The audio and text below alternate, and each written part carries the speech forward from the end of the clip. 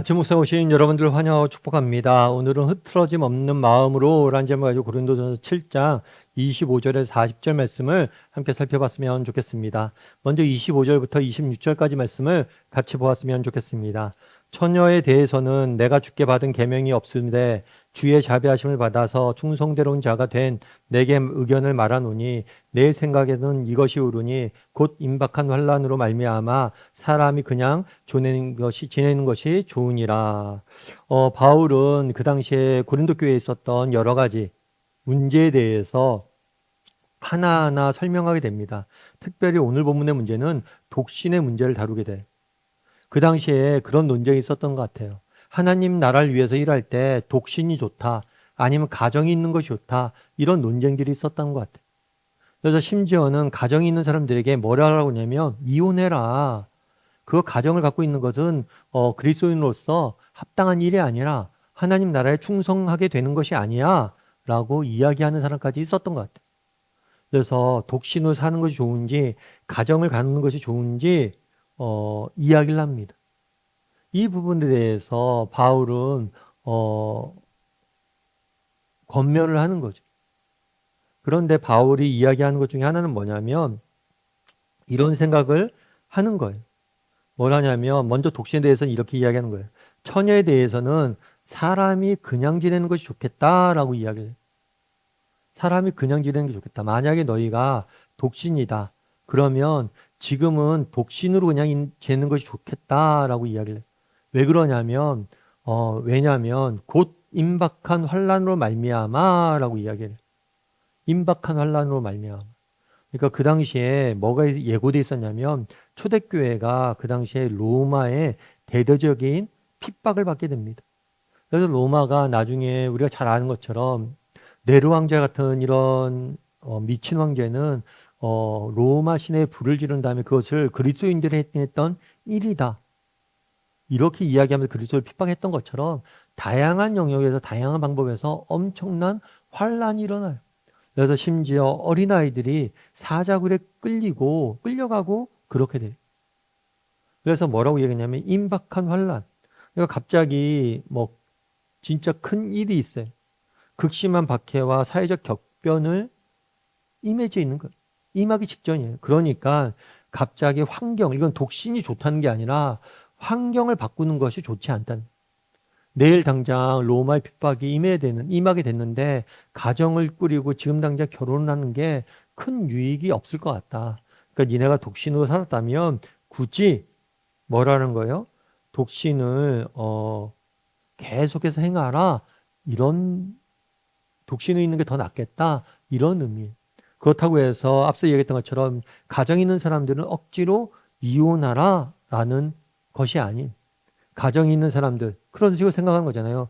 독신으로 하나님 섬기는 게 참된 거고 가정이 있어 섬기면 제대로 못 섬기니까 이건 잘못된 거다. 그래서 가정이 있는 경우가 영적으로 덜 거룩하거나 죄를 짓는 것이 아니라는 거. 가정이 있다고 해서 거룩하지 않은 것도 아니고 가정이 있다고 죄를 짓는 것도 아니라는 거.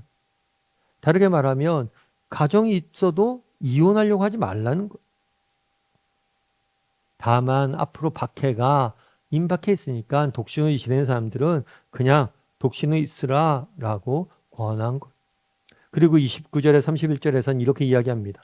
형제들아 내가 이 말을 하노니 그때가 단축하여 진 고로 이후부터 안에 있는 자들은 없는 자 같이 하며 우는 자들은 울지 않는 자 같이 하며 기쁜 자들은 기쁘지 아니한 자 같이 하며 매매한 자들은 없는 자 같이 하며 세상 물건을 쓰는 자들은 다 쓰지 못하는 것 같이 하라.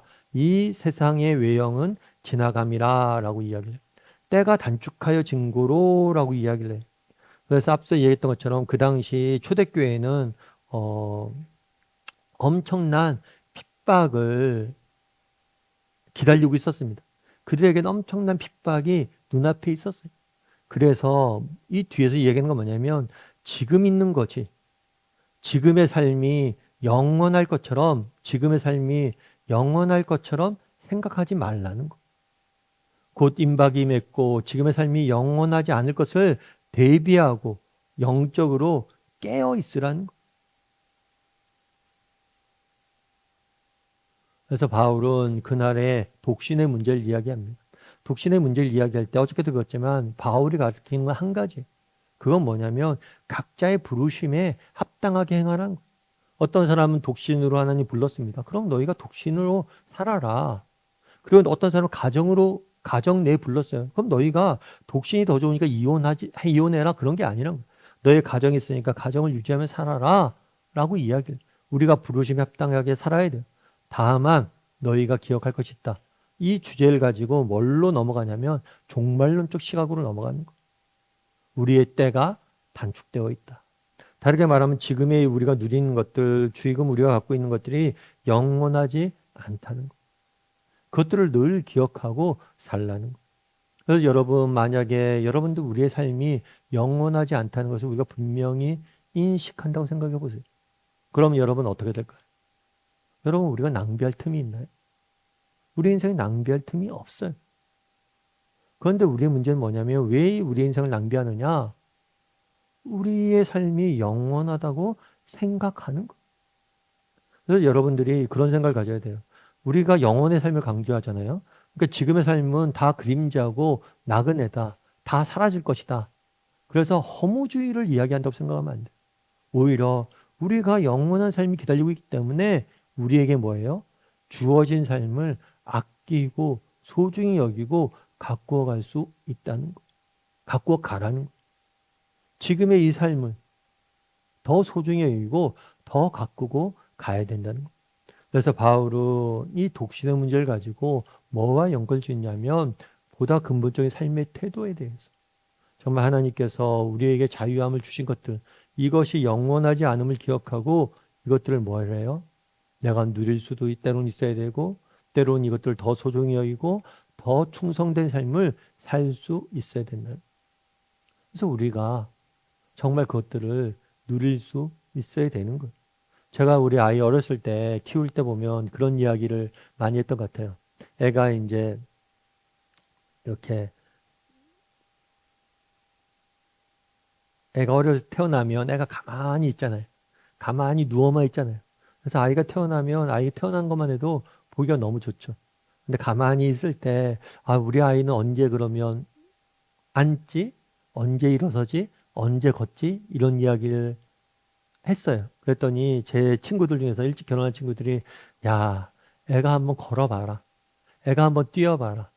애가 한번 정말 해봐라. 그러니까 실제로 아이가 이렇게 그렇잖아요. 가만히 누워있을 때 제일 이쁘다 그러더라고요. 그래서 그걸 제가 의미를 몰랐어요. 그래서 나중에 정말 아이가 정말 누워있을 때가 제일 이쁘더라고요. 뭐 애가 앉고 서고 막 그러니까 사고를 많이 치잖아요. 그리고 아이들이 막 걷고 기고 막 그러면서 뭐 이것저것 다 주워 먹으니까 뭐 가구들도 다 이렇게 띄워놓고 바닥에 뭐 두지 않고 그러면서 아, 아이가 누워있을 때가 제일 이쁘다. 이런 생각들이 들었어요. 그러면서 또 들었던 생각이 뭐냐면 제 동기들이 야, 그때가 제일 이쁘니까 그때를 즐겨라. 그 얘기의 의미를 알았어. 나중에 아이들이 자라는데 정말 빨리 자라더라고. 그래서 요즘 주로 하는 취미들은 뭐냐면 옛날 애들을 어렸을 때 그 사진 보고 혼자 보고 이렇게 재밌어하고 즐거워하죠. 정말 우리의 삶은 단축되어져 있어요. 우리의 삶은 영원하지 않아요. 이것이 우리에게 주는 의미는 두 가지. 정말 이 땅의 것들에 우리가 소망을 두지 말아야 된다는 것. 우리가 영원한 나라를 바라볼 수 있어야 돼. 동시에 주는 건 뭐냐면 이것이 짧기 때문에 더 소중한 것. 우리가 영원한 나라를 바라봐야 돼. 동시에 지금의 삶을 소중히 여기고 가꾸어 가야 돼. 그래서 바라기는 우리가 정말 이 땅의 삶이 영원하지 않음을 기억하고 먼 하나님 나라를 바라볼 뿐만 아니라 내가 주어져 있는 이 자리에서 정말 충성과 최선의 삶을 다할 줄 아는 저나 여러분이 되기를 주님으로 소원합니다. 우리 함께 기도했으면 좋겠습니다. 기도하실 때 오늘 본문 말씀 기억하면서 기도했으면 좋겠습니다. 정말 그날의 바울이 독신의 문제를 가지고 우리의 때가 단축되어져 있음을 이야기합니다. 정말 우리의 시간이 영원하지 않아. 어쩌면 그렇기 때문에 우리는 영원한 시간을 바라보고 이 세상의 것들에 소망을 두어서는 안 됩니다. 하지만 동시에 우리의 삶이 짧기 때문에 이 삶을 더욱더 소중히 여기고 아름답게 갖고 가야 될 책임이 있습니다.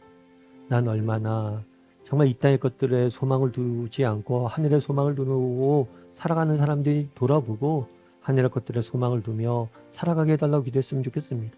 동시에 정말 이 땅의 것들이 짧게 이 땅의 것들 소중히 여기고 가치 있는 일에 우리의 삶을 내 인생을 드릴 줄 아는 사람이 되게 해달라고 이 시간 한 목소리로 같이 기도하도록 하겠습니다. 같이 기도하시겠습니다.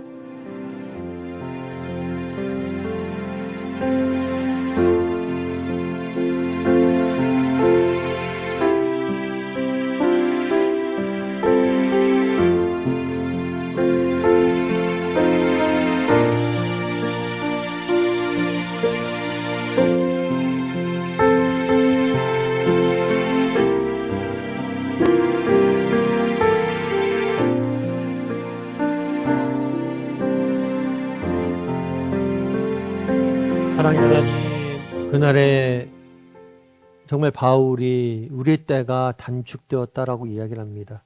정말 이 땅의 것들이 영원하지 않음을 기억하고 영원한 하나님 나라를 바라보므로 이 땅의 것들에 소망을 두지 않고 살아갈 줄 아는 사람들이 되게 도와주시옵소서.